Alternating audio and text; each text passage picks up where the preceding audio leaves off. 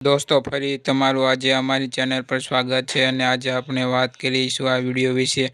તો આપણા ગુજરાતના કલાકારમાં મોટું નામ એવા લાજર બારોટની સગાઈ કરવામાં આવી છે અને લાજર બારોટની સગાઈ કોના સાથે, ક્યારે અને કઈ જગ્યાએ કરવામાં આવી છે તેના વિશે બધી માહિતી આ વિડીયોમાં જોવા મળશે અને તમે અમારા વિડીયો છેલ્લા સુધી જોતા રહેજો અને તમને બધી જ માહિતી મળી છે આ વિડીયોમાં.